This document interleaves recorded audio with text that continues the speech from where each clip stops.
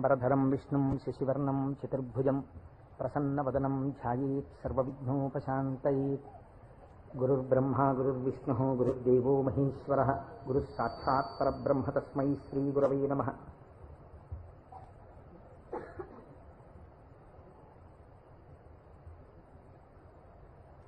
వ్యాసాయ విష్ణురూపాయ వ్యాసరూపాయ విష్ణవే నమో వై బ్రహ్మనిధయే వాసిష్ఠాయ నమో నమః. కూజంతం రామ రామేతి మధురం మధురాక్షరం ఆరుహ్య కవితాశాఖాం వందే వాల్మీకికోకిలం. శృతిస్మృతిపురాణానాం ఆలయం కరుణాలయం నమామి భగవత్పాదశంకరం లోకశంకరం. వాగర్ధావివ సంపృక్తౌ వాగర్ధ ప్రతిపత్తయే జగతః పితరౌ వందే పార్వతీ పరమేశ్వరౌ. సూక్తిం సమగ్రయతున స్వయమేవ లక్ష్మీః శ్రీరంగరాజమహిషీమధురైకటాక్షైః. వైదగ్ధ్యవర్ణగుణగుంభనగౌరవైర్యాం కండూలకర్ణకుహరాः కవయోధయంతి. హైమోర్ధ్వపుండ్రమజహన్మకుటం సునాసం మందస్మితం మకరకుండలచారుగండం బింబాధరం బహుళదీర్ఘకృపాకటాక్షం. శ్రీవేంకటేశముఖమాత్మని సన్నిధత్తాం మనోజవం మరుతతుల్యవేగం జితేంద్రియం బుద్ధిమతాం వరిష్టం. వాతాత్మజం వనరయూధముఖ్యం శ్రీరామదూతం శిరసా నమామి. ఆపదామపహర్తారం దాతారం సర్వసంపదాం లోకాభిరామం శ్రీరామం భూయో భూయో నమామ్యహం. సింధూరారుణ విగ్రహాం త్రినయనాం మాణిక్యమౌళిస్ఫురత్తారానాయకశేఖరాం స్మితముఖీం ఆపీనవక్షోరుహాం. పాణిభ్యాం అళిపూర్ణరత్నచషకం రక్తోత్పలం బిభ్రతీం సౌమ్యాం రత్నఘటస్థరక్తచరణాం ధ్యాయేత్ పరేదంబికాం. హరి ఓం. పరమేశ్వర స్వరూపమైన సభకి నమస్కారం. ఇది ఉత్తరాయణ పుణ్యకాలం. దక్షిణాయనం పూర్తయి మనం ఉత్తరాయణంలోకి ప్రవేశించాం. ఈ ఉత్తరాయణ పుణ్యకాలంలో శివనామం ఒక్కసారి పలికిన వారు ఎవరైనా ఉన్నారా అని గమనిస్తారట. అంత మహోత్కృష్టమైన కాలం. విశేషించి అదృష్టం ఏమిటంటే మనం ప్రతిరోజు ప్రదోష వేళలో ఈ ఉపన్యాసాన్ని ప్రారంభం చేస్తాం. ప్రదోష వేళ పార్వతీ పరమేశ్వరుల యొక్క అర్ధనారీశ్వర స్వరూపంగా శాస్త్రం భావన చేస్తుంది. అంత పరమ పవిత్రమైనటువంటి అసుర సంధ్య వేళలో సాక్షాత్తుగా శంకరుడు వృషభవాహనారూఢుడై ఈ భూమండలం మీద తిరుగుతూ శ్రీశైల పర్వతం మీద ఒక్కసారి దిగుతారట. అందుకే సంధ్యారంభ విజృంభితం శృతిశిరస్థానాంతరాధిష్ఠితం సప్రేమ భ్రమరాభిరామమసకృత్సద్వాసనాశోభితం భోగీంద్రాభరణం సమస్త సుమన పూజ్యం గుణావిష్కృతం సేవే శ్రీగిరి మల్లికార్జున మహాలింగం శివాలింగితం అంటారు. ఒక మద్ది చెట్టు నల్లుకున్నటువంటి మల్లెతీగని చూసినటువంటి శంకర భగవత్పాదులు పార్వతీదేవి చేత ఆలింగనము చేయబడిన పరమేశ్వర స్వరూపాన్ని శ్రీశైల పర్వత శిఖరముల మీద దర్శనం చేసినటువంటి మహోత్కృష్టమైన శ్లోకం అది.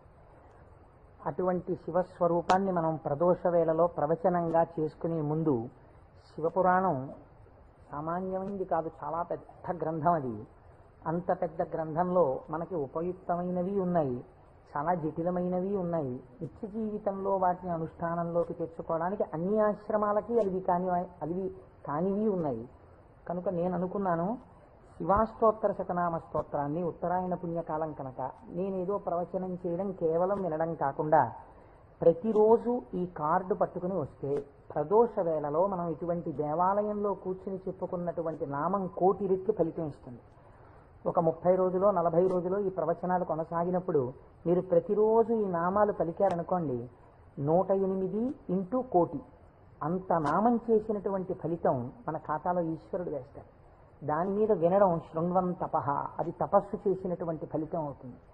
ఉత్తరాయణ పుణ్యకాలంలో ఇంతకన్నా మనం చేసుకోగలిగినటువంటి మహద్భాగ్యం ఏముంటుంది? దీని మీద సుబ్రహ్మణ్యేశ్వర స్వామి వారికి ఇతపూర్వం నాకు తెలిసి కాకినాడ పట్టణంలో ఎన్నడూ జరగనంత అత్యద్భుతమైనటువంటి కార్యక్రమాన్ని మనం ఫిబ్రవరి 10, 11 తేదీలలో సుబ్రహ్మణ్యేశ్వర స్వామి వారి ఆవిర్భావము, తారకాసుర సంహారము, వల్లీ కళ్యాణము ఇవన్నీ శివపురాణాంతర్గతంగా వస్తాయి. ఇవన్నీ విన్న తరువాత 200 జంటలు పాలకావిళ్ళు ఎత్తి పట్టుకుని, కావిడి పట్టుకున్న వాళ్ళకి ఇంకా ఆచంద్రతారార్కం వంశాభివృద్ధి కోరికలు తీరుస్తానని పరమాత్మ ప్రకటించారు. ద్రవిడ దేశంలో అయితే కావిడి పట్టుకుని వెడుతుంటే సంతానము లేనటువంటి స్త్రీలు పడుకుని వారు దాటేటట్టుగా పడుకుంటారు. వారు దాటితే సుబ్రహ్మణ్యుడే దాటినట్టు. సంతానము కలగకుండా ఉన్నటువంటి ప్రతిబంధకము దానివల్ల తొలగిపోతుంది అని. అటువంటి ఉత్సవం నాకు తెలిసి జరగలేదు. పెద్దలు పూర్వం ఎవరైనా చేసి ఉండవచ్చు. అటువంటి ఉత్సవాన్ని మనం ఫిబ్రవరి 11వ తారీఖున చేసుకోబోతున్నాం ఇక్కడ.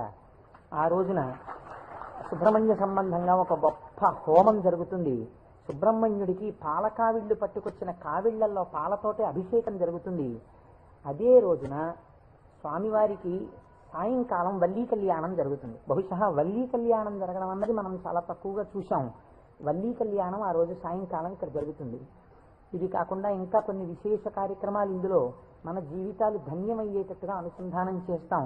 ఆయా ఘట్టాలు వచ్చినప్పుడు వాటిని మీకు ముందుగానే విజ్ఞాపన చేస్తాను. కనుక శివపురాణాన్ని మనం శివాష్టోత్తర శతనామ స్తోత్రంతో అనుసంధానం చేసుకుంటే ఈ ప్రవచనాలు అయిపోయిన తరువాత కూడా మీరు ఎప్పుడైనా ఇంటి దగ్గర కూర్చుని నామాలు చదువుకుంటుంటే మనస్సు తొందరగా రమిస్తుంది. ఎందుచేత అంటే శివో మహేశ్వర శంభు పినాకి శశిశేఖర అని చదవడం వేరు. శివ అనగానే మొదటి నామం దగ్గర మీకు కొన్ని విషయాలు జ్ఞాపకానికి వచ్చాయనుకోండి, మనస్సు ఏమవుతుందంటే అటు ఇటు వెళ్ళదు, అందులోకి వెళ్ళిపోయి ఏదో ఒక నామంలో ఒక ఘట్టం ఏదో మీకు జ్ఞాపకం వచ్చి దాని గురించి ఆలోచిస్తూ మీరు నామాలన్నీ చదివేశారనుకోండి, ఇప్పుడు మీరు 108 నామాలు దీక్షతో తపస్సుగా చేసిన ఫలితం వస్తుంది. అది అర్థం తెలియకుండా చదువుతున్నారనుకోండి, మనస్సు చించలమై ఎక్కడికో వెళితే నామం చెప్పిన ఫలితం ఉంటుంది, కానీ మనస్సు లగ్నం కాదు. మనస్సుని కూడా ఏకీకృతం చేసేటటువంటి ప్రయత్నంలో భాగంగా శివమహాపురాణాన్ని శివాష్టోత్తర శతనామ స్తోత్రంతో అనుసంధానం చేస్తే మనందరికీ ఎక్కువ ప్రయోజనకరంగా ఉంటుంది అని నాకు అనిపించింది. పైగా అందరూ చక్కగా ప్రదోష వేళలో శివనామం చెప్పేటటువంటి అదృష్టాన్ని పొందుతారనిపించింది. నేను అంటాను, మీరు కూడా అనండి. ఇది అయిన తర్వాత నేను ప్రవచనం ప్రారంభం చేస్తాను. ఇవాళే కాదు, ప్రతిరోజు. ఇవాళంటే కొద్దిగా మనకు ప్రారంభం కాబట్టి ఆలస్యం అయింది, రేపటి నుంచి అలా ఉండదు ఖచ్చితంగా. ఎందుకంటే ప్రదోష వేళలో ఈ నామాలు చదవాలి కాబట్టి 6:30 అయ్యేటప్పటికి ఈ నామాలు చదవడం ప్రారంభం చేసేస్తాం. ఎందుకంటే ప్రదోష వేళలో చదివినటువంటి దాని ఫలితం మీరు శివమహాపురాణంలో విందురు గాని దాని శక్తి ఎలా వెళ్ళిపోతుందో చూద్దురు గాని. ధ్యాన శ్లోకం చెప్పండి. ధవలవపుషమిందోర్ మండలే సన్నివిష్టం భుజగవలయహారం భస్మదిగ్ధాంగమీశం మృగయ పరశుపాణిం చారు చంద్రార్ధమౌళిం హృదయ కమల మధ్యే సంతతం చింతయామి. శివో మహేశ్వర శంభు పినాకీ శశిశేఖర వామదేవో విరూపాక్ష కపర్దీ నీలలోహిత శంకర శూలపాణిశ్చ ఖట్వాంగీ విష్ణువల్లభ శిపి విష్ణోంబికానాథ.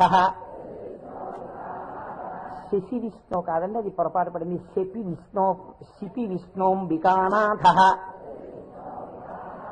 శ్రీకంఠో భక్తవత్సల భవసర్వస్త్రిలోకేశ శితికంఠ శివాప్రియ ఉగ్రకపాలీ కామారీ అంధకాసురసూదన గంగాధరో లలాటాక్ష కాలకాల కృపానిధి భీమః పరశుహస్తశ్చ మృగపాణిర్జటాధరః కైలాసవాసీ కవచీ కఠోరస్త్రిపురాంతకః వృషాంకో వృషభారూఢో భస్మోద్ధూళిత విగ్రహః కామప్రియః సర్వమయః త్రైమూర్తిరనీశ్వరః సర్వజ్ఞ పరమాత్మా చ సోమసూర్యాగ్నిలోచనః హవిర్యజ్ఞమయః సోమః పంచవక్త్రః సదాశివః విశ్వేశ్వరో వీరభద్రో గణనాథ ప్రజాపతిః హిరణ్యరేతా దుర్ధర్షో గిరిశో గిరీశో నగః భుజంగభూషణో భర్గో గిరిధన్వీ గిరిప్రియ కృత్తివాసాః పురారాతిః భగవాన్ ప్రమదాధిపః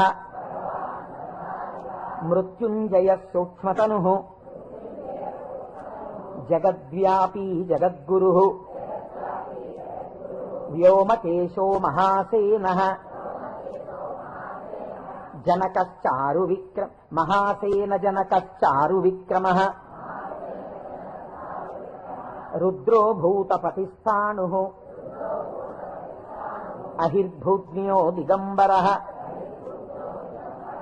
అష్టమూర్తిరనేకాత్మా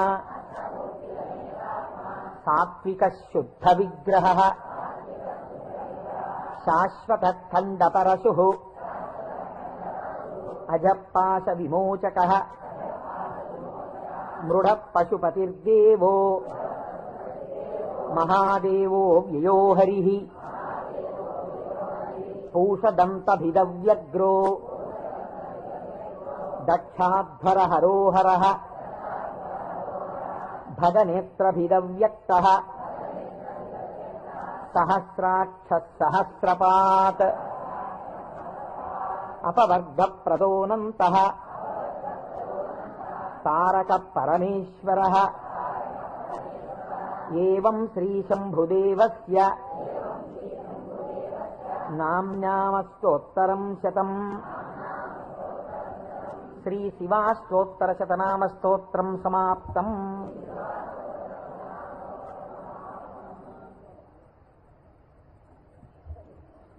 హరి ఓం.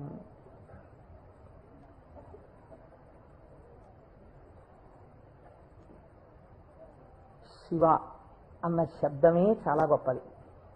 ఈ శివాష్టోత్తర శతనామ స్తోత్ర ప్రారంభం కూడా శివశబ్దంతో ప్రారంభమైంది. ఆ పురాణము కూడా శివ మహాపురాణము అని శివశబ్దంతో ప్రారంభమైంది. శివశబ్దాన్ని అమరకోశం వ్యాఖ్యానం చేసింది. అమరకోశం అంటే మనకి సాధికారికమైనటువంటి గ్రంథము. చిత్రం ఏమిటంటే దాన్ని రచించినటువంటి వారు జైనుడు. అమరసింహుడు అనబడేటటువంటి ఒక జైనుడు ఆయన అమరకోశాన్ని రచించి దానితో పాటుగా అనేక గ్రంథాలని రచించారు. కానీ వారు శంకర భగవత్పాదాచార్య స్వామి వారితో వాదనకి దిగినప్పుడు శంకరుల చేతిలో ఓడిపోయారు. ఓడిపోయినప్పుడు ఆయనకి బాధ కలిగింది. నేను శంకరాచార్యుల వారి చేతిలో ఓడిపోయాను కనుక నేను రచించినటువంటి గ్రంథములన్నీ కూడా పనికిమాలినవైపోయాయని ఆయన ఆ గ్రంథములన్నింటినీ తగలబెట్టేశారు. తగలబెట్టేసినప్పుడు శంకర భగవత్పాదాచార్య స్వామి వారికి తెలిసి, వారు బహు కారుణికులు, కారుణ్యమూర్తి శంకరులంటే, వారు గబగబా వచ్చి, ఎంత పని చేశావయ్యా, గ్రంథాలను ఎందుకు తగలబెట్టేశావు అని ఉన్న ఒకే ఒక గ్రంథం, మిగిలిపోయినటువంటి గ్రంథం అమరకోశం. అమరకోశానికి ఉన్నటువంటి గొప్పతనం ఏమిటంటే అది మన సనాతన ధర్మములకు సంబంధించినటువంటి నామముల విషయంలో ఏ పక్షపాతం లేకుండా చక్కగా శృతి ఎలా ప్రతిపాదించిందో, స్మృతులు పురాణములు ఎలా ప్రతిపాదించాయో, తాత్వికమైనటువంటి విషయాల్ని, నామములకు అనేకమైన విషయములకు ఉండేటటువంటి అర్థాలని అలా ప్రతిపాదన చేశాడు అమరసింహుడు.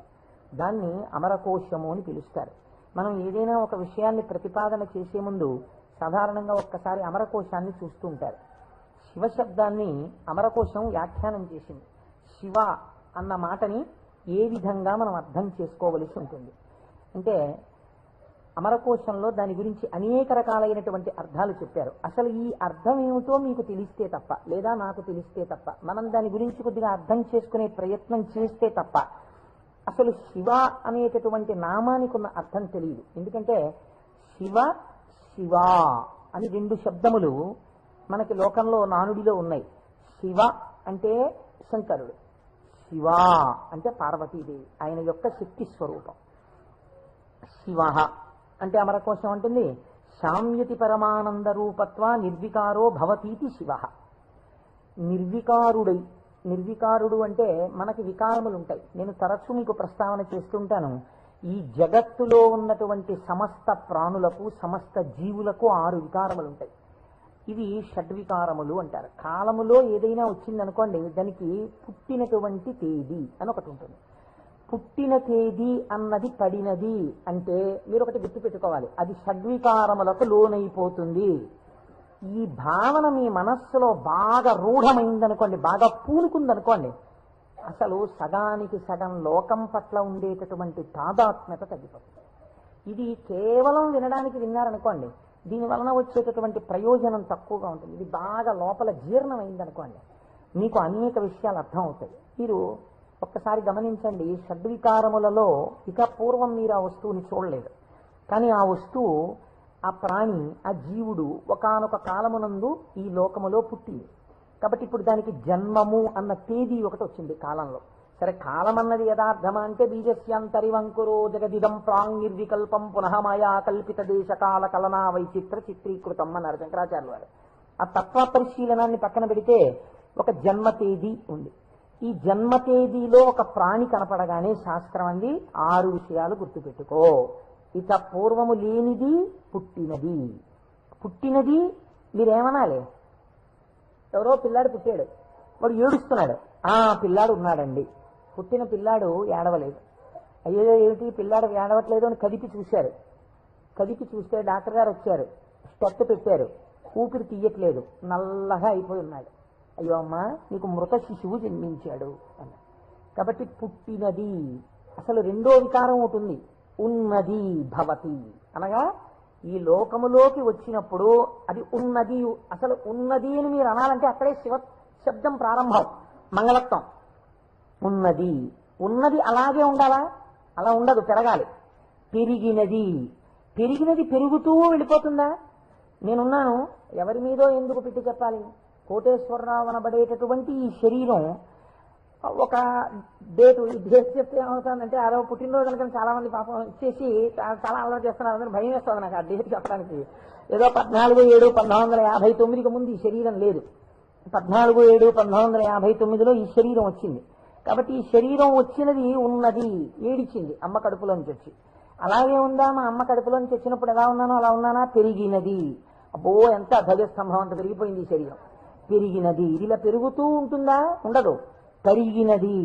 మీరు నన్ను ఒక 20 సంవత్సరాల తర్వాత చూశారనుకోండి, ఇది తరిగిపోతుంది. ఈ శరీరం వడిలిపోయి క్షీణించిపోవడం ప్రారంభమైపోతుంది. తరిగినది. తర్వాత ఆయనేనా ఈయన అనవలసి వస్తుంది, మార్పు చెందినది. బాగా క్షీణించిపోయి ఇప్పుడున్నంత శరీరం ఉండదు. అయ్య బాబోయ్, అప్పుడు ఎంత ఉండేవారండి మనిషి, ఆయన ఈయన అటుకంత అయిపోయారండి అంటాం. కాబట్టి మార్పు చెందినది, తరిగినది. ఇంకా కొంతకాలం అయిపోయిన తర్వాత నశించిపోయినది. ఇది శరీరం, అంత్యేష్టి సంస్కారం చేయబడిపోతుంది. కాబట్టి ఈ 6 వికారములు సమస్త ప్రాణులకు ఉండి తీరుతాయి. జన్మ తేదీ ఉన్నది, చిట్ట చివరి వికారములకు కూడా సమయం ఉన్నది. ఈ మధ్యలో ఈ 6 వికారములు నడుస్తుంటాయి. ఈ 6 వికారములన్నది లేనిది ఎవరైనా ఉన్నదా? ఉన్నది. అలా ఉన్నదేదో అదే శివ. అది కాలములో పుట్టలేదు, కాలములో పెరగలేదు, కాలములో ఉండలేదు, కాలములో తరగదు, కాలములో నశించదు. ఎవరి నుండి వచ్చినదో, ఎవరి ఎందు పెరిగినదో, ఎవరి ఎందు లయించిపోతున్నదో వాడు మాత్రం అలా ఉండిపోతున్నాడు. మేకలు వేయింజన్నను భాసురముగనొక్క కోటి పర్ణం వెక్కున్, ఆ కోతులు వేయింజన్నను కోకోయని కొంకినక్క కోయని కూర్చొని అంటారు జానపదులు. అందరూ వస్తారు, వెళ్ళిపోతాయి లోకాలన్నీ. చిట్ట చివరికి వెళ్ళిపోయిన లోకాలన్నీ ఎవరిలోకి వెళ్ళిపోయాయి? వాడు లయించిపోతాడా? వాడు లయించిపోడు. వాడిలోకి అన్ని వెళ్ళిపోయి వాడు ఉండిపోతున్నాడు. అలా ఉండిపోయిన వాడెవడు? వాడు పరబ్రహ్మము. వాడికి శాశ్వతుడు, వాడికి కదలిక లేదు. వాడు ముందున్నాడు, చివరా ఉన్నాడు. అలా ఉన్నవాడెవడో వాడు నిర్వికారుడు. వాడికి వికారములు లేవు. వాడికి వికారం లేదు కాబట్టి వాడు ఎలా ఉంటాడు? వాడి జుట్టు తెల్లబడదు కదండి, వాడికి ముసలితనం లేదు, కాలము లొంగదీయలేదు. కాబట్టి ఇప్పుడు వాడు నిత్య యవ్వనుడు. అందుకే శివుడి గురించి చెప్పినా, అమ్మవారి గురించి చెప్పినా మనం ఏం చెప్తామంటే నమశివాభ్యాం నవయవ్వనాభ్యాం అంటాం. ఈ శ్లోకం మా ముత్తాత గారు చెప్పారు, అప్పుడు నవయవ్వనులే వాళ్ళు. మా తాతగారు చెప్పారు, అప్పుడు నవయవ్వనులే వాళ్ళు. మా ముత్తాత గారు వెళ్ళిపోయారు, మా తాతగారు వెళ్ళిపోయారు, మా తండ్రి గారు చేశారు కొంతకాలం ఆ శ్లోకాలు. మా తండ్రి గారు వెళ్ళిపోయారు, ఇప్పుడు నేను చేస్తున్నాను. నేను చెప్పిన నమశివాభ్యాం నవయవ్వనాభ్యాం పరస్పరాశ్లిష్టవపుద్ధరాభ్యాం. అదేమిటంటే మా ముత్తాతగారు, తాతగారు, తండ్రి గారు, నేను 4 తరాలు మారిపోయా, ఇంకా నవయవ్వనాభ్యాం నేనా? ఆ శ్లోకం మార్చద్దా? వృద్ధాప్యం రాదా? రాదు. ఎందుకు రాదు? మీరు కాలమునకు వశులై కాలమునందు మార్పు మీకు వస్తుంది. కాలస్వరూపములో మీ యందు మార్పులు తెచ్చేవాడెవడున్నాడో వాడు మార్పునకు అతీతుడుగా సాక్షిగా ఉన్నాడు. కదిలే వస్తువుకి కదలని వస్తువు ఆధారమై ఉంటుంది. మీరు బాగా జ్ఞాపకం పెట్టుకోండి. కదిలే వస్తువుకి గడియారానికి ఉన్నటువంటి పెంజూలం ఊగాలనుకోండి, పెంజూలంని పట్టుకున్నటువంటి స్ప్రింగ్ ఊగకూడదు. స్ప్రింగ్ కూడా ఊగడం మొదలెట్టింది అనుకోండి, ఇంకేంటి అలా ఊగదు. స్ప్రింగ్ నిలకడగా ఉంటుంది, పెంజూలం ఊగుతూ ఉంటుంది. ఒక కదిలే వస్తువుకి ఒక కదలని వస్తువు ఎప్పుడూ కూడా ఆధారమై ఉంటుంది. వికారములు కలిగిన జగత్తుకు ఏది వికారములకు అతీతమై ఉన్నదో అది ఆధారమై ఉన్నది. దాని అందే ఈ సమస్త జగత్తు పుట్టి పెరిగి లయించుతున్నది.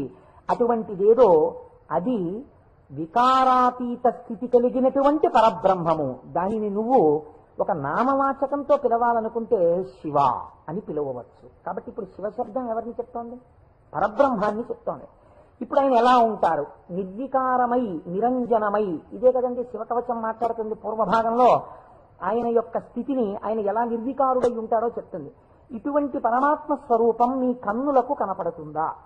వికారము పొందుతున్న జగత్తు మీకు కనపడుతుంది, కానీ వికారములు పొందుతున్నటువంటి జగత్తుకి తను ఆధారముగా ఉన్నవాడు మీకు కనపడతాడా? కనపడడు. ఈయనకి ఒక రూపం తీసుకొచ్చి చూస్తే ఎలా ఉంటాడు అంటే, అమరకోశంలో ఎంత అందంగా మాట్లాడాడో చూడండి. అమరసింహుడు పరమానంద రూపత్వ, ఆయన పరమానందమును పొందుతూ ఉంటాడు. ఎందుకని? మన అందరికీ సుఖ దుఃఖాలని ద్వంద్వాలుంటాయి, ఎప్పుడూ ఆనందంతో ఉండం. ఆయనకి వికారాలు ఏమీ లేవు, అందుకని ఆయన ఎప్పుడూ పరమానందంతో ఉంటాడు. ఎక్కడుంది పరమానందం? బయట ఉన్న వస్తువుల వల్ల ఆనందం కాదు, లోపలే ఉంది ఆనందం. ఆ ఆనందంతో తన్మయాన్ని పొందుతూ ఉంటాడు. అది నోటితో చెప్పడం కుదరదు. ఇప్పుడు ఎలా చెప్పాలి అంటే, పద్మాసనం వేసుకుని చేతులు రెండు ఇలా పెట్టుకుని కన్నులు ఇలా అరమోట్పు కన్నులతో ఉండి తనలో తాను రమిస్తూ కనపడుతుంటాడు. శంకరుడి యొక్క ఫోటో మీరు చూశారనుకోండి, చూస్తే ఆయన అరమోట్పు కన్నులతో కూర్చుని సంతోషంతో ఆనందంతో ఉన్నట్టుంటాడు. ఇందులో ఇంకా లోకరక్షణ హేతువుగా అభయముద్ర పట్టినట్టుగా ఉంది. ఆయన అరమోట్పు కన్నులతో ఆనందంతో రమించిపోతున్నట్టుగా ఉంటుంది శివస్వరూపం. అంటే ఘనీభవించినటువంటి ఆనంద స్వరూపమే పరమాత్మ యొక్క స్వరూపం. పరమాత్మ నిత్యానందము ఏది ఉన్నదో దాన్ని రాశీభూతం చేస్తే అదే శివ. కాబట్టి ఇప్పుడు పరమాత్మ యొక్క స్వరూపమేమి? ఆనంద ఘనమే పరమాత్మ. కాబట్టి ఇప్పుడు ఆయన అన్ని వికారములకు అతీతుడై తనలో తాను రమించిపోతూ ఆనందపడిపోతూ ఉండేవాడెవరో.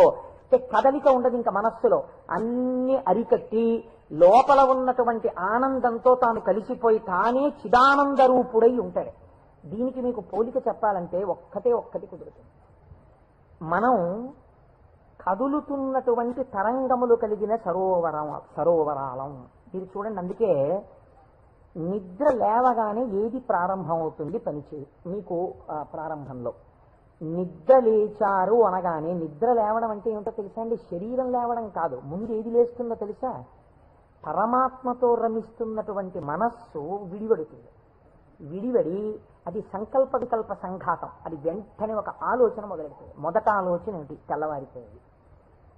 ఈ తెల్లవారిపోయిందన్న మొట్టమొదటి ఆలోచన అది చెయ్యగానే నిర్మలంగా ఉన్నటువంటి నీళ్ళ దగ్గరికి వెళ్ళి మీరు ఒక చిన్న రాయి తీసుకుని ఇలా వేశారనుకోండి, అదేం చేస్తుందంటే ఇలా ఒక తరంగం కదులుతుంది.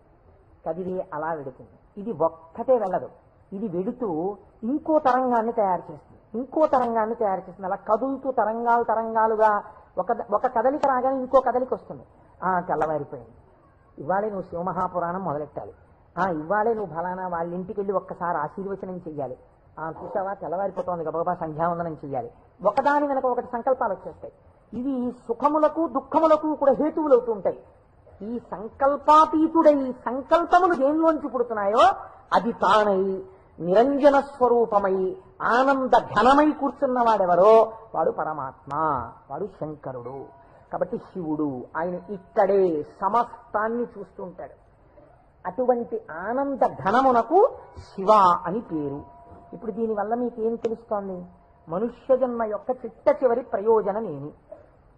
ఆ ఆనందము మీరే అగుట. అటువంటి ఆనంద స్వరూపులుగా మీరు మారడమే మనుష్య జన్మ యొక్క ప్రయోజనం. దానికే మోక్షము అని పేరు. కాబట్టి ఇప్పుడు అటువంటి మోక్షస్థితిని పొందాలనుకున్న వాళ్ళకి ఎవరు ఆరాధ్య దైవము? శివుడే. కాబట్టి శివయోగోధ్యేయ శివంకర. కాబట్టి ఏమండి మీరు చెప్పింది బాగుంది, కానీ మేము గృహస్థాశ్రమంలో ఉన్నాం కదా, మాకు భార్య బిడ్డలు ఉన్నారు కదా, మాకు సంకల్పాలు ఏవి వద్దు అని మేమందరం కూడా ఇలా ముక్కు మూసుకుని లేచిన దగ్గర నుంచి ఏదో సంధ్యావందనం చేసుకుని ఒక పూజా మందిరంలో ఇలా కూర్చుండిపోతే, మనస్సుని అంతర్ముఖం చేసే ప్రయత్నం చేస్తూ ఏదో లోపల ఉన్నటువంటి ఆ వస్తువుని కనిపెట్టే ప్రయత్నం చేస్తూ మేము ఉండిపోతే నా భార్య పరిస్థితి ఏమిటి, నా పిల్లల పరిస్థితి ఏమిటి? అసలు మరి గృహస్థాశ్రమంలో ఉండి కొన్ని కోరికలంటూ ఉంటాయి కదా, మరి తప్పదు కదా.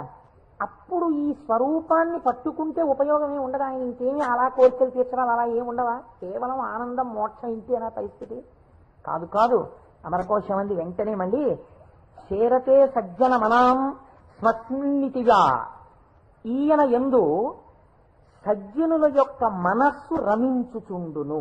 ఈ మాటని మీరు చాలా గట్టిగా పట్టుకోవాల్సి ఉంటుంది. మీకు చూడండి, నేను ఇంతకన్నా మీకు ఉదాహరణ చెప్పడానికి సాధ్యం కాదు. ఇంకా వంటింట్లో ఒక పంపు ఉంటుంది, బాత్రూంలో ఓ పంపు ఉంటుంది, వరండాలో ఒక పంపు ఉంటుంది వాష్ బేసిన్ దగ్గర.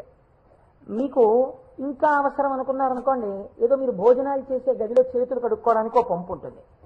ఇన్ని పంపుల్లోనూ మీకు ఏకకాలమునందు ఎక్కడ విప్పినా నీళ్లు రావాలనుకోండి, ఏది నింపాలి? ఏ పంపు కొట్టంలో నీళ్లు పోస్తారా? ఓవర్ హెడ్ వాటర్ ట్యాంక్ లో నీళ్లు పోస్తారు.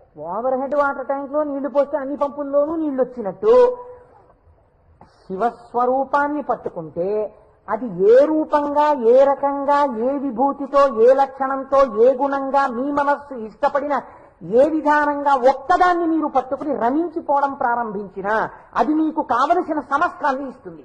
అలా ఇవ్వగలదు. దానికి ఆ శక్తి ఉన్నది. అది మిమ్మల్ని కాపాడుకుని వస్తుంది. మీరు చూడండి, గొడుగు ఒక్కటి ఇలా పట్టుకున్నారండి, ఇలా గొడుగు పట్టుకుని వెళ్ళిపోతున్నారు. ఇలా గొడుగు పట్టుకు వెళ్ళిపోతుంటే బయట మంచి ఎండ కాసింది. ఇప్పుడు ఆ గొడుగు మిమ్మల్ని రక్షిస్తుందా, రక్షించదా?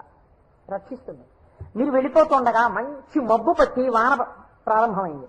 గొడుగు రక్షిస్తుందా, రక్షించదా? రక్షిస్తుంది. వాన తగ్గిపోతోంది, ఇంకా కొద్దిగా ఎండ వస్తే బయలుదేరదాం అనుకుని మీరు చెట్టు కింద నిల్చున్నారు. ఒక పక్షి పై నుంచి రెట్ట వేసింది. మీ మీద పడకుండా గొడుగు రక్షిస్తుందా, రక్షించదా? రక్షిస్తుంది. ఒక గొడుగు మీకు శీతలము నుండి, ఉష్ణము నుండి, జలధార నుండి, పక్షి రెట్ట నుండి ఇన్నిటి నుంచి కాపాడినప్పుడు పరమాత్మని పట్టుకున్న వాడి కోరికలు కూడా అన్ని భంగులా తీరుతాయి. మీకు ఏది కావాలో అది వాడు ఇవ్వగలడని మీరు ఎలా అనుకోవట్లేదు? అచేతనమైన ఒక గొడుగు మీకు ఇన్నింటిని ఇవ్వగలిగినప్పుడు మీరు పట్టుకున్న పరమాత్మ మీకు ఏది అవసరమో అది మీకు ఇవ్వడని మీరు ఎలా అనుకుంటున్నారు? మీకు ఏది కావాలో మీరు అడగక్కర్లేకుండా మీకు తీరుస్తాడు. అది గొప్ప. మీరు శాస్త్రంలో ఒక మర్యాద తెలుసుకోవాలి. మీరు అడిగితే ఇచ్చినవాడు గొప్పవాడు కాదండి. మీరు వెళ్ళి అడిగారనుకోండి, వెంటనే మీరు జీవితంలో చాలా దిగజారిపోయినట్లయిపోతుంది. ఒకరి దగ్గరికి వెళ్ళి, అయ్యా నాకు ఇది లేదండి, నన్ను మీరు కొంచెం అనుగ్రహించి నాకు ఇది కలిగేటట్టుగా మీరు చెయ్యండి అని అడిగారు అనుకోండి, వాచికంగా నోరు విప్పి ఒకరి దగ్గరికి వెళ్ళి నాకు ఇది ఇప్పించండి అని అడిగినప్పుడు ఆత్మహత్య సదృశమే. వాడు చచ్చిపోయినంత బిడియపడిపోతాడు. ఎవరు శీలమున్నవాడు బెంగ పెట్టుకుంటాడు. నోరు విప్పి అడగడమా, వెళ్ళి నాకు ఇది ఇవ్వండి అని ఎలా అడగను అంటాడు. అడగలేడు. అందుకే మనకి పూర్వకాలంలో మీకు తెలుసో తెలీదో, మీసంలో ఒక వెంట్రుక తాకట్టు పెట్టి అప్పు తెచ్చుకునేవారు. మీసంలో వెంట్రుక తాకట్టు పెడితే అప్పు ఇవ్వడం ఏంటండి? అంటే వాళ్ళ రోషానికి చిహ్నం అది. ఎన్నడూ నేను ఒకరిని చెయ్యి అడగలేదురా, చెయ్యి జాపి అడగలేదు. అటువంటి వాణ్ణి నేను అడుగుతున్నాను. నేను ఇంత సిగ్గుపడిపోయానడానికి ఉదాహరణ ఏమిటో తెలుసా? ఈ వెంట్రుక ఒకటి నీ దగ్గర పెట్టుకో, మళ్ళీ తీర్చిన నాడు ఈ వెంట్రుక తీసుకెళ్తాననేవాడు. వాడి రోషానికి, వాడి శీలానికి ఆ వెంట్రుకని ప్రాతిపదికగా తీసుకుని అప్పించేవాడు పూర్వం. అందుకే నా మీసంలో వెంట్రుక తాకట్టేశాననేవారు పూర్వం. కాబట్టి ఒకరి దగ్గరికి వెళ్ళి అడగడం అంటే అంత చిన్నతనం. పరమాత్మ అయినా మిమ్మల్ని అలా చిన్నబుచ్చి ఇస్తాడని మీరు ఎలా అనుకుంటున్నారు? గొడుగు పక్షి రెట్ట నుంచి నన్ను కాపాడు, వాన పడితే కాపాడు, ఎండగా ఉంటే కాపాడు, పైనుంచి ధూళి పడకుండా కాపాడు, ఓ గడుగా నన్ను రక్షించు అని మీరంతా స్తోత్రం చేసి వేసుకుంటున్నారేంటి? ఇలా విప్పిలా పట్టుకుంటే అంతే రక్షించేయడం దాని ప్రయోజనం.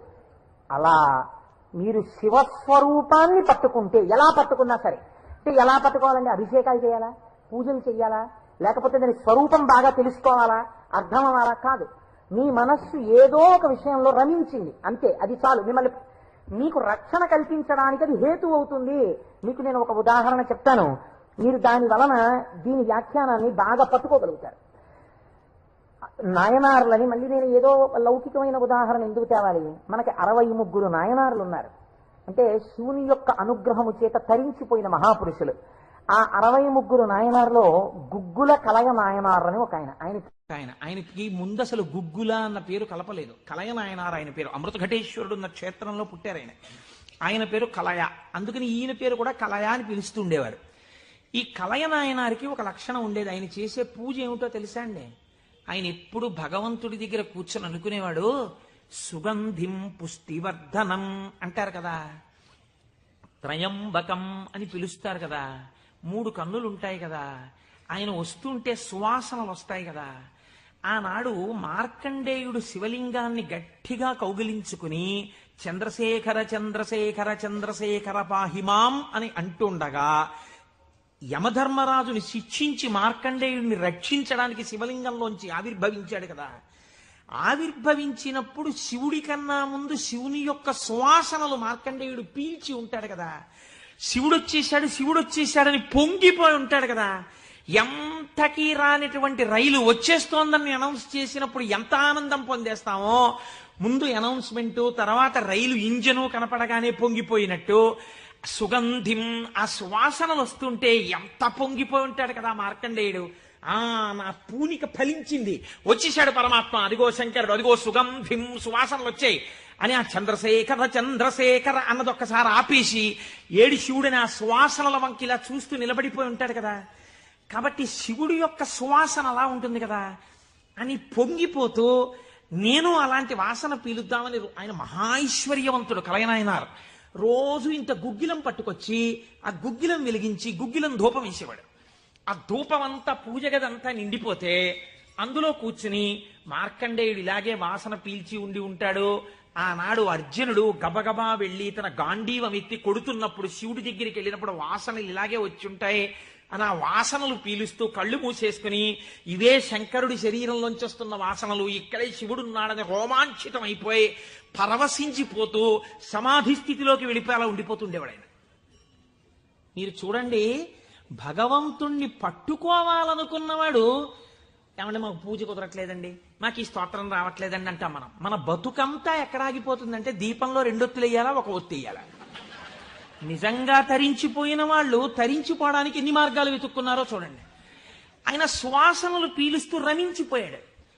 శంకరుడు చూశాడు, వీడు రోజు గుగ్గిలం పట్టుకొచ్చి వేసి ఇన్ని రకాల దర్శనాలు చేసేస్తున్నాడు రా, గుగ్గిలం పొగ అడ్డం పెట్టుకుని.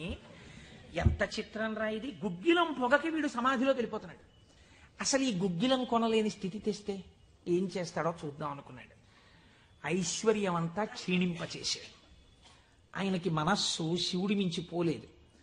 ఎలాగో అలా నానా కష్టాలు పడి ఇంత గుగ్గిలం తెచ్చి శంకరుడికి వేసి ఆ వాసన పీల్చేటప్పటికి సమాధిలోకి వెళ్ళిపోయాడు. ఇంక ఏముంది, మనస్సు అలవాటు పడిపోయి ఇంత పొగొచ్చేటప్పటికి అంతే సమాధిలోకి వెళ్ళిపోతాడు. ఎంత తేలికండది. అగరత్తు వెలిగించకుండా ఉంటాం కదా, అగరత్తు వెలిగిస్తే గుగ్గిలైనా సమాధిలోకి వెళ్ళిపోతాడు అంతే. ఈ స్థితి చూసి శంకరుడు భార్యాబిడ్డలు తినడానికి కూడా అన్నం మెతుకు లేకుండా చేశాడు. చూద్దాం ఏం చేస్తాడు. భార్యాబిడ్డలు పస్తులున్నారు. అన్నమో రామచంద్ర అని ఆ భార్య మహాపతివ్రత. ఆవిడ తన మెడలో ఉన్నటువంటి మంగళసూత్రాన్ని తీసి నాయనారికిచ్చి, అయ్యా మీరిది పట్టుకెళ్ళి వెలకట్టి అమ్మించి డబ్బు పట్టుకుని రండి, దాంతో మనం కొన్నాళ్ళు భోజనం చేద్దామని. తప్పకుండా తీసుకొస్తానని ఆ మంగళసూత్రాలు చేతిలో పట్టుకుని శివ శివ శివ శివ అని సంతోషపడిపోతూ వెళ్ళిపోతున్నాడు. శంకరుడు ఒక పెద్ద బండిలో గుగ్గిలం బస్తాలు వేసుకుని ఎదురొచ్చాడు. మళ్ళీ దొరకవుట గుగ్గిలం, అందుకని చెప్పి బస్తాలు కొనుక్కెడుతున్నాను, ఎవరైనా కావాలంటే కొనుక్కోండి అని అరిచాడు. అమ్మ బాబోయ్, గుగ్గిలం దొరకదటని చెప్పి ఈయన గబగబా మంగళసూత్రాలు ఇచ్చేసి గుగ్గిలం బస్తాలు కొనేశాడు. పోనీ గుగ్గిలం దొరకదంటున్నారు, ఇంటికి పట్టుకెళ్ళి ఈ గుగ్గిలాన్ని దాచుకుని రోజు ఇంతంత వేద్దాం అనుకున్నాడా? నిజంగా నాడు శంకరుడు వస్తుంటే సుగంధిం పుష్టివర్ధనం ఇదొక్కటే ఆయన సమాధికి కారణం. ఇంత గుగ్గిలం వెలిగించి మధ్యలో కూర్చుంటే అసలు నిజంగా శంకరుడు విరాట్ రూపంతో వచ్చేసినట్టుండదు. కాబట్టి ఈ గుగ్గిలం అంతా వెలిగించేస్తానన్నాడు. ఇంట్లో వెలిగించేస్తే బాగుండదు, పొగలు వచ్చేస్తాయి. ఓ గుళ్ళోకి పట్టుకెళ్ళి వెలిగించేస్తే బాగుంటుందని ఈ గుగ్గిలం అంతా వేసుకుని ఓ గుడికి పట్టుకెళ్ళి ఈ గుగ్గిలం అంతా వెలిగించేసి దాని మధ్యలో కూర్చొని సమాధిని పొందేసి కడుపులో ప్రేగులు నకనకలాడిపోతున్నాయి, తెలియదు. ఆకలి తెలియదు. శరీరం నీరస పడిపోయింది. శరీరం అంతా నొప్పులు పెట్టేస్తోంది, తెలియదు. ఇంట్లో భార్య బిడ్డలు శోషించి పడిపోయే స్థితి వచ్చింది, తెలియదు. ఆ పొగ మధ్యలో సమాధి స్థితిని పొందాడు. ఇప్పుడు నా భాషలో చెప్పాలంటే భగవంతుడు ఓడిపోయాడు. పరీక్ష పెట్టగలడా? ఏం పరీక్ష పెడతాడు? కాబట్టి చూడలేకపోయాడు ఆయన. అమ్మ బాబోయ్, ఇదెక్కడ భక్తిరా అని గబగబా కుబేరుణ్ణి పిలిచాడు. కుబేరా, ఇలా నా పక్కన ఎన్నాళ్ళు నించుంటావు? నాకేం అవసరం లేదు. అడిగో మహానుభావుడు చూసావా, గుగ్గిలం పొగ మధ్యలో కూర్చున్నాడు, పెళ్ళం మంగళసూత్రాలు అమ్మేసి. వెంటనే వెళ్ళి ఆయన ఇంటిని బ్రహ్మాండమైనటువంటి అంతఃపురంగా మార్చేయి. భార్యకి బిడ్డలకి భూమండలంలో లేనంత ఐశ్వర్యాన్ని ఇచ్చేయి. ముందు ఉత్తర క్షణం వాళ్ళకి షడ్రసోపేతమైన భోజనం పెట్టు అనేటప్పటికి వాళ్ళ ఇల్లు మారిపోయింది. షడ్రసోపేతమైన భోజనం వచ్చింది. అయ్యో భర్త గారు ఎక్కడికి వెళ్ళారో అనుకుంటోంది ఆవిడ. అశరీరవాణి వినపడింది. అమ్మా, నీ భర్త భక్తి ముందు లొంగిపోయాడమ్మా. శంకరుడు మహదైశ్వర్యం ఇచ్చేశాడు నీకు. ఆయనో అన్నం తిందామన్న ఆలోచన లేదు. ఆ గుగ్గిలం పొగలో కూర్చునున్నాడు. ఇలాగ కూర్చునుంటే ఇప్పుడు ఎవరు మాట్లాడాలి? ఒరే నాన్న అన్నం తినరా అని. అమ్మా నాన్నగారు కోరుకున్న కోరికోటి ఉంది. నువ్వు ఎలా అయినా డాక్టర్ అయిపో. ఇంజక్షన్ చేసేశారు ఆ పిల్లకి. 3 ఏళ్ళు అయిపోయినా, 4 ఏళ్ళు అయిపోయినా, 21 ఏళ్ళు వచ్చేసినా, ఇప్పుడు నేను ఎంబీబీఎస్ చదివితే రేపు పెళ్లి కొడుకు దొరుకుతాడా అని కూడా చూసుకోకుండా తల్లిదండ్రుల కోరిక తీర్చడం కోసమని వ్యగ్రతతో చదివేసిన పిల్లలా ఇప్పుడు ఆ తల్లిదండ్రులే వచ్చి చూసే అన్నం తినవే, అలా చదవకే, ఆరోగ్యం పాడైపోతుంది అన్నట్టు ఎవడు పరీక్ష పెట్టాడో వాడే దిగొచ్చాడు. దిగొచ్చి ఎవడు? ఆ త్రయంబకం నిజంగా సువాసన వచ్చి ఆనాడు మార్కండేయుడు బాహ్య స్మృతిని పొందాడు. ఈయన పొందలేదు, పొందకుండా కూర్చున్నాడు. ఇప్పుడు ఆ పరబ్రహ్మం ముట్టుకోవలసి వచ్చింది. ముట్టుకుని కదిపాడు. ఓయ్ కలయా కలయా అని పిలిచాడు.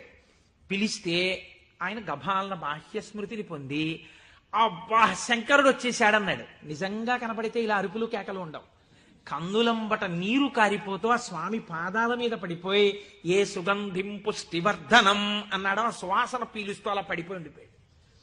శంకరుడు భుజాలు పట్టుకుని లేపి, ఒరే నాన్న, నువ్వు ఇంటికి వెళ్ళింత అన్నం తినరా, నా కడుపు నిండుతుంది, తొందరగా బయలుదేరరా నాయన, ఇక్కడ ఎన్ని నైవేద్యాలు పెట్టినా నాకు వంట పట్టట్లేదురా, నువ్వు ఇలా పడిపోతే తొందరగా వెళ్ళరా బాబు, నీకు ఎక్కడ లేని ఐశ్వర్యం ఇచ్చేశాను, కావలసినంత గుగ్గిలం వేసే, ముందు వెళ్ళి అన్నం తినన్నాడు. అప్పుడు ఆయన ఇంటికి వెళ్ళాడు. ఇంటికెళ్ళి షడ్రసోపేతమైనటువంటి భోజనాన్ని నాయనార్ స్వీకరించాడు. దీన్ని గుగ్గిల నాయనార్ అంటారు పెరియ పురాణంలో. ఎందుకంటే శివపురాణం చెప్పుకుంటూ నాయనార్ల చరిత్రని అనుసంధానం చేసి ఉత్తరాయణ పుణ్యకాలంలో నాయనార్ల గురించి వింటే పార్వతీ సహితుడైనటువంటి ఆ పరమశివుడు పొంగిపోయి పరవశించిపోతాడు. అందుకే లౌకికమైన ఉదాహరణలు మానేసి అవసరమైన చోట నాయనార్ల చరిత్రలే కలిపేద్దాం. ఇలా 63 మంది నాయనార్ల గురించి నేను చెప్పగలిగితే నా జన్మధన్యం అయిపోతుంది అని ఒక నాయనార్ని కలిపాను ఇవాళ. కనుక ఒకనాడు ఒక విచిత్రం జరిగింది. భక్తి అంటే ఎంత చిత్రంగా ఉంటుందో చూడండి. ఈ గుగ్గిల నాయనార్ జీవితంలోనే ఆ పక్కనే ఉన్నటువంటి రాజ్యంలో ఒక శివలింగం ఒకటి ఉంది. ఆ శివలింగం మొన్నను మేము కంచి వెళ్ళాం. ఆ కంచి వెళ్ళినప్పుడు శివలింగం ఇలా ఉంటుంది, గొట్టంలాగా కింద వెడల్పుగా ఉంటుంది, పైకి వెళ్లే కొద్దీ సన్నగా ఉంటుంది. అటువంటి శివలింగం ఒకటి బాగా ఎత్తుగా ఉన్నటువంటి పీఠం మీద ఉంది. ఒక చిన్న పిల్ల ఆ శివలింగం దగ్గరికి వెళ్ళింది. అరమరిక తెలియని పిల్ల. ఆ పిల్ల వెళ్ళి చేతిలో ఒక తుమ్మి పువ్వు పట్టుకుని వెయ్యాలనుకుంది. ఆ పీఠం పట్టుకుంది, ఎగిరింది, ఎక్కింది, అందలేదు. ఆ పిల్ల ఏడుపు మొదలెట్టింది. ఏడుపు మొదలెట్టి, శివా శివా నువ్వు నాకు అందట్లేదు, పువ్వు ఎలా వేయనంది. శంకరుడు ఆ భక్తికి పరవశించిపోయాడు. ఇది భగవంతుడు దేనికి కట్టుబడతాడు? ఆ భక్తికి కట్టుబడతాడు. వెంటనే ఇలా ఉన్న శివలింగం ఇలా వంగిపోతే ఆ పిల్లకేం తెలుసు? శివలింగం వంగిపోయింది నా కోసం అన్నది. చిన్నపిల్ల పొంగిపోయి తప్పట్లు కొట్టేసి కాసేపు ఆడేసి 2 పువ్వులు వేసేసి వెళ్ళిపోయింది ఆ పిల్ల. మరునాడు యథాలాపంగా అనేక శివలింగాలు ఉంటుంటాయి కదా గుళ్ళో. ఈ శివలింగం వంగడంలో లోపలున్న శివలింగం కూడా వంగిపోయింది. అర్చక స్వామి చూసి భయపడిపోయాడు. ఇదేంటి శివలింగం ఇలా వంగిపోయిందని. మహారాజుకు తెలిసింది. ఇది ఏదో అరిష్టం జరుగుతుంది, శివలింగం వంగింది ఏమిటని భయపడ్డారు. ఈ శివలింగానికి వంపు దిద్దిలా పైకి తీయాలి. వాళ్ళకి ఉన్న తెలివితేటలు ఏమిటంటే ఈ వంగిపోయినటువంటి శివలింగానికి పెద్ద పెద్ద ఇనప గొలుసులేసి ఏనుగులకు కట్టి లాగించారు. ఇన్ని ఏనుగులు ఇనపగొలు, ఇవన్నీ నేను పుక్కిట పురాణాలు నా సొంతంగా చెప్తున్నాను అనుకుంటున్నారా? ఈ దేవాలయాలు ఉన్నాయి ఇప్పటికీ. నా జీవితంలో ఈశ్వరుడు అనుగ్రహిస్తే ఎప్పటికైనా ఈ 63 నాయనార్ల శివాలయాలు దర్శనం చేయాలని నా కోరిక. ఈ వంగిపోయిన శివలింగాన్ని ఇనప గొలుసులో పెట్టి ఏనుగులు లాగుతుంటే గొలుసులు తెగిపోయాయి, శివలింగం వంపు దిద్దబడలేదు. ఇది ఎవరో గుగ్గిల్ నాయనారికి చెప్పారు. శివలింగం వంగిందిట, ఇనప గొలుసులేసి లాగుతున్నారట, లాగుతుంటే గొలుసులు తెగిపోతున్నాయిట. ఆయన ఎంత బాధపడిపోయి కింద పడి ఏడిచి దొల్లేశాడు. శంకరా, మీ కంఠానికి ఇనప గొలుసులేసి ఏనుగులతో లాగారా? ఎంత ఒరిసిపోయిందో ఆ కంఠమని. అంతే, విన్న చోటు నుంచే పరిగెత్తి పారిపోయాడు పక్క రాజ్యానికి. పారిపోయి గుళ్ళోకెళ్ళి అన్నం లేదు, నీళ్లు లేవు, ఒగరుస్తూ ఒంటి నిండా చెమటలు పట్టుకుని, ఈశ్వర, మీకు జరిగినటువంటి అపరాధం నా శరీరమునకు పొందేటటువంటి ఖేదంతో పోవాలని మీ వంపు దిద్దడం కాదు, మీ వంపు దిద్దడానికి మీకు ఇనప గొలుసులేసి లాగినప్పుడు మీ కంఠం నొక్కుకుని ఉంటుంది, ఆ శిక్ష నేను అనుభవిస్తానని ఒక గొలుసు, తన మెడలో ఉన్నటువంటి గొలుసుని శివలింగపు వంపుకేసి గట్టిగా లాగాడు, తన కంఠం ఒరిసిపోయి తెగాలని. తన కంఠం తెగలేదు, శివలింగం వంపు ఇలా పైకి లేచిపోయింది. ఆ వంపు దిద్దినటువంటి వాడు గుగ్గిల నాయన. ఇప్పుడు మీరు నాకు చెప్పండి, బ్రతికున్న నాళ్ళు గుగ్గిల నాయనారు ఏం చేశాడు డబ్బు సంపాదించడానికంటే ఎవ్వరికీ తెలియదు. ఇంట్లో పర్సులోంచి 10 రూపాయలు తీస్తే 1000 రూపాయలు మళ్ళీ ఇంకో రూపంలో వచ్చేస్తుండేవి. అంత చిత్రంగా ఆయన మహదైశ్వర్య సంపన్నుడై, అందుకే అంటారు శాస్త్రంలో, ఐశ్వర్యము కావాలన్నవాడు శివారాధన చెయ్యాలి. శివారాధన అపారమైన ఐశ్వర్య హేతువు. అందున దక్షారామం లాంటిదైతే గొప్ప భోగస్థానం కూడా. అంత ఐశ్వర్యంతో జీవిస్తూ శివభక్తిని విడిచిపెట్టలేదు. శివభక్తితో ఐశ్వర్యంలో ఉన్నాడు. అంత్యమునందు తేలికగా శరీరం విడివడి హాయిగా పరమశివుని యొక్క పాదములలో కలిసిపోయాడు. ఇప్పుడు మీరు చెప్పండి, అమరకోశంలో మహానుభావుడు అమరసింహుడు శివశబ్దానికి సజ్జనుల యొక్క మనస్సు రమించేటటువంటి స్వరూపము కలిగిన వాడు అని శివశబ్దానికి అర్థం చెప్పడంలో ఎంత గంభీరమైన అర్థం ఉందో మీరు చూడండి. శివశబ్దము సజ్జనుల యొక్క మనసు రమించు స్థానము. ఎలా రమిస్తుంది, దేనివల్ల? దానికి ఈ కారణం ఆ కారణం అని చెప్పడం కుదరదు. మీకు మనస్సుంటే, భక్తి ఉంటే ఒక్క కారణం చాలు. ఏదో ఒక కారణంతో శివుని యందు మనసు రమిస్తే వాడికి సమస్తమైనటువంటి ఐశ్వర్యము కలుగుతుంది. ఇహము నుండి పరము వరకు, మోక్షము వరకు పొందగలడు. కాబట్టి అటువంటి స్థితిని ఇయ్యగలిగినది. 3వ నిర్వచనంలో అంటారు, శేతే సజ్జన మనస్వితివా. సాధువుల యొక్క మనస్సు యందు తానుండువాడు. ఇప్పటి వరకు సాధువులు తమ మనస్సు శివుని యందు పెట్టారు. ఇప్పుడే స్థితి కెడతట. ఇదే భృంగీచ్ఛా నటనోత్కట కరిమదగ్రాహీ స్ఫురన్మాధవా హ్లాదో నాదయుతో మహాసితవపు పంచేషు బాణాధృత సత్పక్ష సుమనోవనేషు నపునః సాక్షాన్మదీయే మనోరాజీవే భ్రమరాధిపో విహరతాం శ్రీశైలవాసీ విభుః అని పిలుస్తారు శంకరాచార్యులు వారి శివానందలహరిలో. లోపల ఉండేటటువంటి హృదయ పద్మము పరిశుద్ధముగా భక్తి అన్న తేనెతో నిండి ఉంటే 2 గండు తుమ్మెదలు వస్తాయి. పార్వతీ పరమేశ్వరులనే గండు తుమ్మెదలు వచ్చి విహరిస్తుంటే అక్కడ తేనె కోసం. ఇప్పుడు ఎవరి మనస్సు నిరంతరము శివనామము పట్టుకుని రమించిపోతోందో, ఎవరు శృతి ప్రమాణము చేత పరవశించిపోతున్నారో అటువంటి వారి మనస్సు యందు పరమశివుడే వెళ్ళి చేరి ఉంటాడు. అంటే ఆయనే శివుడైపోయి ఉంటాడు. ఇది నోటితో చెప్తే చాలా మంది అందుకుని ఉంటారు, కానీ నేను దీనికి కూడా ఒక ఉదాహరణ ఇచ్చే ప్రయత్నం చేస్తాను. చంద్రశేఖర పరమాచార్య స్వామి వారికి నడిచే దేవుడు అని పేరు. మహానుభావుడు, ప్రాతస్మరణీయులు. మొన్నట్నే మేము కంచి కామకోటి పీఠానికి వెళ్ళి స్వామివారి బృందావనం దగ్గర ప్రణిపాతం చేసి వచ్చాం. సమాధి అన్నమాట వాడరు పెద్దలు. సన్యసించినటువంటి వారిని సమాధి చేసిన చోట పైన తులసి కోట పెడితే బృందావని మీరు పిలవాలి. ఇది బృందావనం అండి, చంద్రశేఖర పరమాచార్య స్వామి వారి బృందావనం అనాలి. అలా కాకుండా సమాధి మీద శివలింగం ఉంటే బృందావనం అనకూడదు, అధిష్టానము అనాలి. ఇది రమణ మహర్షి యొక్క అధిష్టానం అండి అనాలి. రమణాశ్రమంలోకి వెళ్ళారనుకోండి, మీరు ఇది రమణ మహర్షి సమాధనో రమణ మహర్షి బృందావనమనో మీరు ఉచ్చరిస్తే మీ యందు దోషం పడుతుంది. అలా అనకూడదు. ఇది రమణుల అధిష్టానము అని పిలవాలి. ఎందుకంటే దాని మీద శివలింగం ఉంటుంది కనుక. అటువంటి బృందావనం చంద్రశేఖర పరమాచార్య స్వామి వారి బృందావనం దగ్గర మేము మొన్న ప్రణిపాతం చేసి వచ్చే అదృష్టాన్ని పరమాచార్య స్వామి మాకు అనుగ్రహించారు. పరమాచార్య స్వామి ఒక మాట చెప్పుకుంటుండేవారు. ఆయన అనేవారు, నాకు ఎప్పుడైనా చీకట్లో వెడుతున్నప్పుడు ఒక విగ్రహాన్ని చూస్తే నా బాధ్యత నాకు గుర్తొస్తుందనేవారు. ఇదండి రమించడం అంటే, ఇది శివుడంటే. మామూలుగా మాట్లాడడం, ఇలా ఉపన్యాసాలు చెప్పడం గొప్ప కాదు. రమించిన హృదయంలోంచి అటువంటి మాట రావడం ఆ వ్యక్తి యొక్క స్థితిని చూపిస్తుంది. పరమాచార్య నడిచి వెళ్ళిపోతుండేవారు. తెల్లవారుజామున 3 గంటలకి వారు నడిచి వెళ్ళిపోతున్నారు. ఒకసారి నడిచి వెళ్ళిపోతుంటే ఒక ఊరి మధ్యలో ఒక కోటు వేసుకున్నటువంటి ఒక వ్యక్తి, వాడెవరో ఒక రాజకీయ నాయకుడు, ఆయన యొక్క శిలా ప్రతిమ ఒకటి ఉంది. పరమాచార్య నిలబడి ఒక నవ్వు నవ్వారు. పరమాచార్య నవ్వారంటే దానిలో ఏదో అర్థం ఉంటుంది. ఆయనతో ఆనాడు అంతేవాసులై దగ్గరగా నడిచినటువంటి శిష్యులున్నారే, వారు అదృష్టవంతులు కనుక వారు దగ్గరగా వెళ్ళి నిలబడ్డారు. ఎందుకు నవ్వారు అని అడగరు కదా. వారు నవ్వి అన్నారు, దీన్ని చూస్తే నాకేం జ్ఞాపకం వస్తోందో తెలుసా, నా బాధ్యత జ్ఞాపకానికి వస్తోంది అన్నారు. అదేమిటండి, ఆ విగ్రహానికి మీకు సంబంధం ఏమిటి అనుకున్నారు విన్నవాళ్ళు. ఆయన అన్నారు, ఈ విగ్రహంలో ఉన్న వ్యక్తి తెల్లవారుజామున 3 గంటలకి ఇలాగే కోటేసుకుని నిలబడి ఉండేవాడా అని అడిగారు. అప్పుడు 3 కదా అయింది టైము. తెల్లవారుజామున 3 గంటలకి ఆ విగ్రహంలో ఉన్న వ్యక్తి ఎవరు ఉన్నాడో ఆయన అలా కోటేసుకుని నిలబడ్డ కదా. లేకపోతే బహుశా ఇప్పుడు మనం 3ంటికి చూసాం, ఈయన రాత్రి 1 గంటకు కూడా ఇలాగే కోటేసుకుని ఉండుంటాడు. అంటే రాత్రి 1 గంటకు కూడా ఈయన బతికున్న రోజుల్లో కోటేసుకుని ఉన్నాడా? లేడు. కానీ కోటేసుకున్నటువంటి వ్యక్తిని అందరూ చూశారు బయట. ఆయన బయటకు వచ్చినప్పుడు ఎక్కువగా కోటుతో బయటకు వచ్చేవాడు.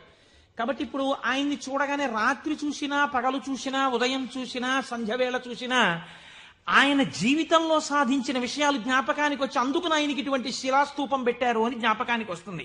నేనెవరో తెలుసా? పరమాచార్య చెప్పిన మాట. నేను కూడా ఇలా దండం పట్టుకుని కమండలం పట్టుకుని నడిచి వెళ్ళిపోతుంటే భారతదేశమునకు 4 చెరగుల మళ్లీ అవైదికమైన మతములు ప్రవేశించకుండా 4 పీఠములు పెట్టి చంద్రమౌళీశ్వరారాధన ఏర్పాటు చేసినటువంటి మహాపురుషుడైన శంకరాచార్య స్వామి వారి ప్రతిబింబంగా ఆ శిల తన జీవితాన్ని జ్ఞాపకం చేస్తే, శంకరులని జ్ఞాపకం చేసి నడువడిని నేర్పడానికి ఈ రూపంతో మేం తిరుగుతున్నాం. మా నడువడి ఎంత జాగ్రత్తగా ఉండాలో చూడండి అని పరమాచార్య ఆ స్తూపాన్ని చూసి చెప్పుకున్నారు. ఎంత భక్తో చూడండి నిజంగా వారిది. వారు ఒకనాడు శ్రీశైలం వెళ్ళారు. వెళ్ళినప్పుడు హటకేశ్వరంలో శంకరాచార్య స్వామి వారు తపస్సు చేసినటువంటి ప్రదేశం ఉంది. వారు ఆ హటకేశ్వరం దగ్గరికి వెడుతూ ఆ తపస్సు చేసిన ప్రదేశం దగ్గరికి ఒక సంస్కృత పండితుడిని పిలిచి వారు సంస్కృతంలోనే మాట్లాడుతుండేవారు. ఆయన అన్నారు, చాలా కాలం మఠాన్ని నిర్వహించాను. 13 సంవత్సరాల ప్రాయంలో సన్యసించారు మహానుభావుడు. చాలా కాలం మఠాన్ని నిర్వహించాను. ఉత్తర పీఠాధిపతిని నిర్ణయించాను. జయేంద్ర సరస్వతి స్వామి వారిని ఉత్తర పీఠాధిపతిని చేశాను. ఆయనకి కావలసినటువంటి పరిణితి ఏర్పాటు చేశాను. నాతో పాటు ఎన్నో ప్రదేశాలకి తీసుకెళ్లాను. మఠ నిర్వహణ యందు ఆయనకి కావలసినటువంటి శక్తియుక్తులను గరపాను. ఇంకా ఎంతకాలం ఆ మఠ నిర్వహణ చేస్తూ ఉండను? శంకర భగవత్పాదాచార్య స్వామి ఏ హటకేశ్వరంలో తపస్సు చేశారో నేను ఇంకిక్కడ ఉండిపోయి ఈ హటకేశ్వరంలోనే తపస్సు చేస్తూ ఉండిపోతాను. చాలు, జయేంద్ర సరస్వతి చూస్తారు మిగిలినటువంటి మఠ వ్యవహారాలన్నీ అన్నారు. పరమాచార్య నోటి వెంట ఒకసారి ఒక మాట వస్తే వెనక్కి తిప్పడం అంత తేలిక. ఆనాడు వారు హటకేశ్వరంలో ఉండిపోకుండా ఎంత మందో వెళ్లి బతిమాలితే వారు మన ఆంధ్రదేశానికి వచ్చి పర్యటన చేశారు. ఆ సమయంలో చూడండి, ఎంత మఠాధిపత్యం ఉన్నా, శంకరాచార్య స్వామి వారి పరంపరాగతమైనటువంటి పీఠానికి ఆధిపత్యంలో ఉన్నా, ఇలా అడుగు తీసి అడుగేస్తే జగద్గురు చంద్రశేఖర పరమాచార్య స్వామి వస్తున్నారని రోడ్లకి ఇరుపక్కల కొన్ని వేల మంది నిలబడి నమస్కారాలు చేసి నీరాజనాలు ఇచ్చినా వారికి దానికన్నా హటకేశ్వరంలో కూర్చుని శ్రీశైల మల్లికార్జునుడి గురించి తపస్సు చేసుకోవడం, జపం చేసుకోవడం ఇష్టంగా అనిపించింది. అంటే ఎన్ని ఉన్నా మనస్సు ఏది కోరింది? ఆ శివుణ్ణి కోరింది, గురువులైన శంకరాచార్యుల వారిని కోరింది.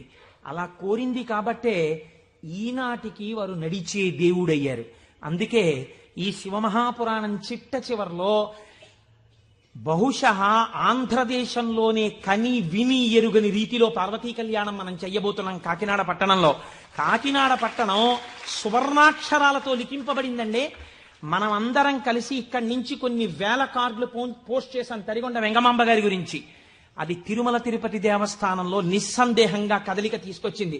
కె విశ్వనాథ్ గారిని పిలిచి సదస్సు నిర్వహించి నాకు పేపర్ కటింగ్స్ వచ్చాయి తిరుపతి నుంచి.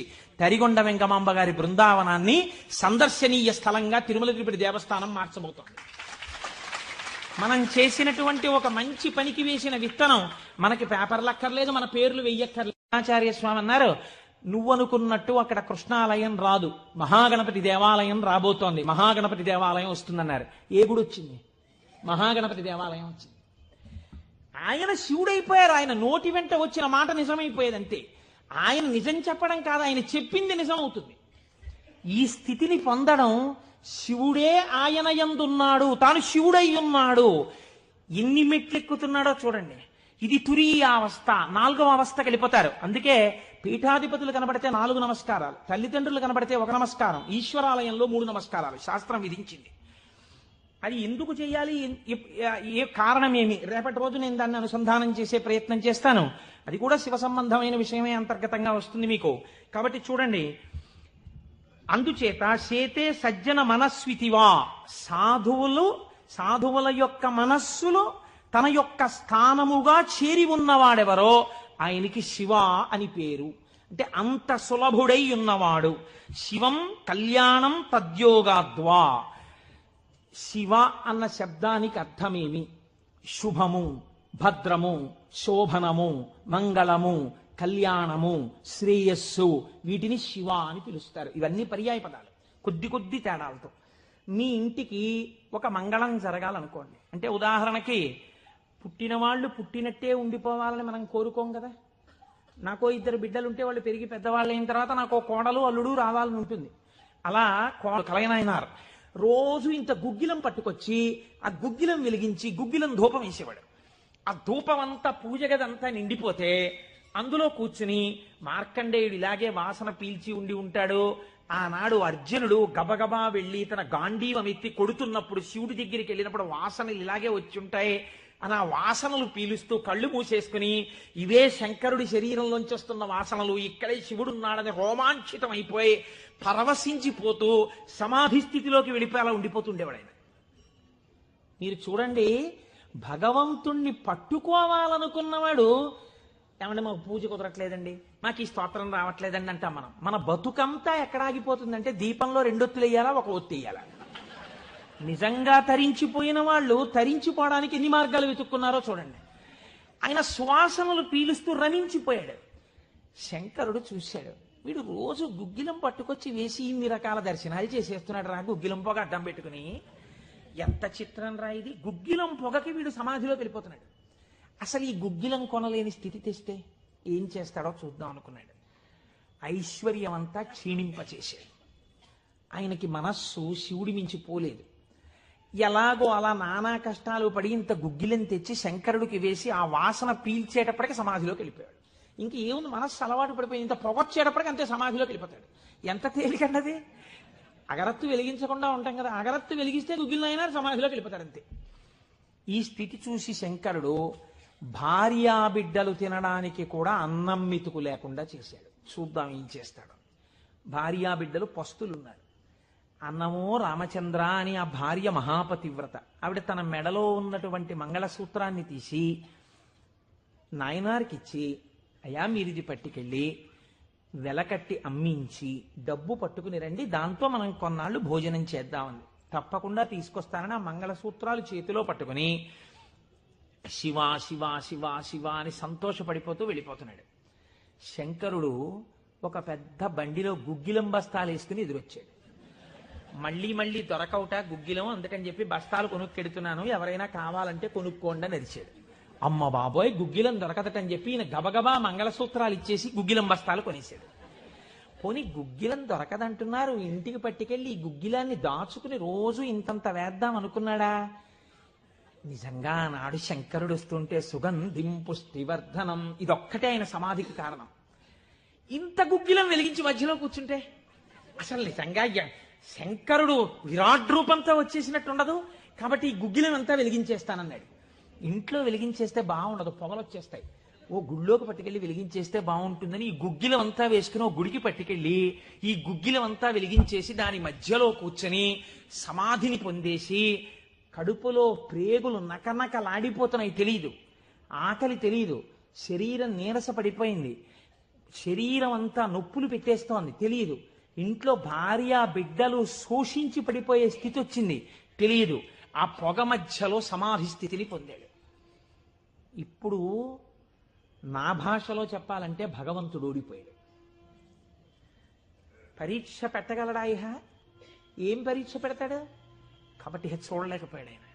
అమ్మ బాబోయ్ ఇదెక్కడ భక్తి రాని గబగబా కుబేరుణ్ణి పిలిచాడు. కుబేరా, ఇలా నా పక్కన ఎన్నాళ్ళు నించుంటావు? నాకేం అవసరం లేదు. అడిగో మహానుభావుడు చూసావా, గుగ్గిలం పొగ మధ్యలో కూర్చున్నాడు, పెళ్ళం మంగళసూత్రాలు అమ్మేసి.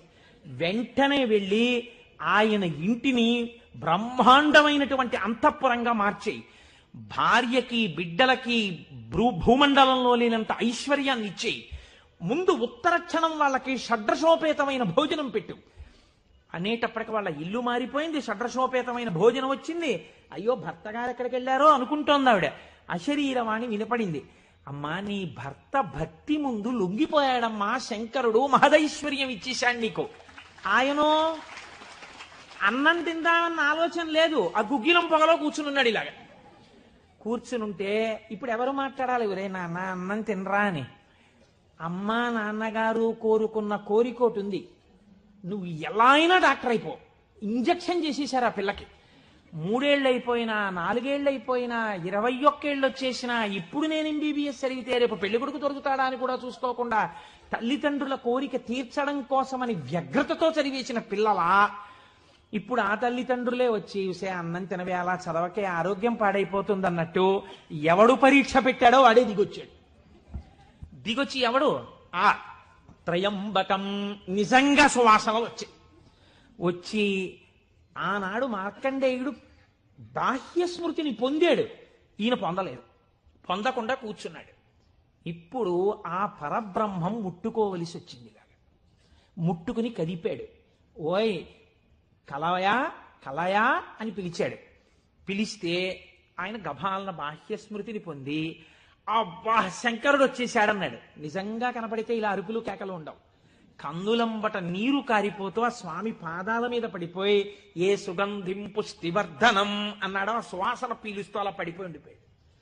శంకరుడు భుజాలు పట్టుకుని లేపి, ఒరే నాన్న నువ్వు ఇంటికి వెళ్ళింత అన్నం తినరా, నా కడుపు నిండుతుంది, తొందరగా బయలుదేరరా నాయన, ఇక్కడ ఎన్ని నైవేద్యాలు పెట్టినా నాకు వంట పట్టట్లేదురా, నువ్వు ఇలా పడిపోతే తొందరగా వెళ్ళరా బాబు, నీకు ఎక్కడ లేని ఐశ్వర్యం ఇచ్చేశాను, కావలసినంత గుగ్గిలం వేసాయి, ముందు వెళ్ళి అన్నం తినన్నాడు. అప్పుడు ఆయన ఇంటికి వెళ్ళాడు. ఇంటికెళ్ళి షడ్రసోపేతమైనటువంటి భోజనాన్ని నాయనార్ స్వీకరించాడు. దీన్ని గుగ్గిల నాయనార్ అంటారు పెరియ పురాణంలో. ఎందుకంటే శివపురాణం చెప్పుకుంటూ నాయనార్ల చరిత్రని అనుసంధానం చేసి ఉత్తరాయణ పుణ్యకాలంలో నాయనార్ల గురించి వింటే పార్వతీ సహితుడైనటువంటి ఆ పరమశివుడు పొంగిపోయి పరవశించిపోతాడు. అందుకే లౌకికమైన ఉదాహరణలు మానేసి అవసరమైన చోట నాయనార్ల చరిత్రలే కలిపేద్దాం. ఇలా 63 మంది నాయనార్ల గురించి నేను చెప్పగలిగితే నా జన్మధన్యం అయిపోతుంది అని ఒక నాయనార్ని కలిపానివాడు. కనుక ఒకనాడు ఒక విచిత్రం జరిగింది. భక్తి అంటే ఎంత చిత్రంగా ఉంటుందో చూడండి. ఈ గుగ్గిల నాయనార్ జీవితంలోనే ఆ పక్కనే ఉన్నటువంటి రాజ్యంలో ఒక శివలింగం ఒకటి ఉంది. ఆ శివలింగం మొన్నను మేము కంచి వెళ్ళాం. ఆ కంచి వెళ్ళినప్పుడు శివలింగం ఇలా ఉంటుంది, గొట్టంలాగా కింద వెడల్పుగా ఉంటుంది, పైకి వెళ్ళే కొద్దీ సన్నగా ఉంటుంది. అటువంటి శివలింగం ఒకటి బాగా ఎత్తుగా ఉన్నటువంటి పీఠం మీద ఉంది. ఒక చిన్న పిల్ల ఆ శివలింగం దగ్గరికి వెళ్ళింది. అరమరిక తెలియని పిల్ల. ఆ పిల్ల వెళ్ళి చేతిలో ఒక తుమ్మి పువ్వు పట్టుకుని వెయ్యాలనుకుంది. ఆ పీఠం పట్టుకుంది, ఎగిరింది, ఎక్కింది, అందలేదు. ఆ పిల్ల ఏడుపు మొదలెట్టింది. ఏడుపు మొదలెట్టి శివా శివా నువ్వు నాకు అందట్లేదు, పువ్వు ఎలా వేయనంది. శంకరుడు ఆ భక్తికి పరవశించిపోయాడు. ఇది భగవంతుడు దేనికి కట్టుబడతాడు? ఆ భక్తికి కట్టుబడతాడు. వెంటనే ఇలా ఉన్న శివలింగం ఇలా వంగిపోయి, ఇలా వంగిపోతే ఆ పిల్లకేం తెలుసు శివలింగం వంగిపోయింది నా కోసం అనేది? చిన్నపిల్ల పొంగిపోయి తప్పట్లు కొట్టేసి కాసేపు ఆడేసి 2 పువ్వులు వేసేసి వెళ్ళిపోయింది.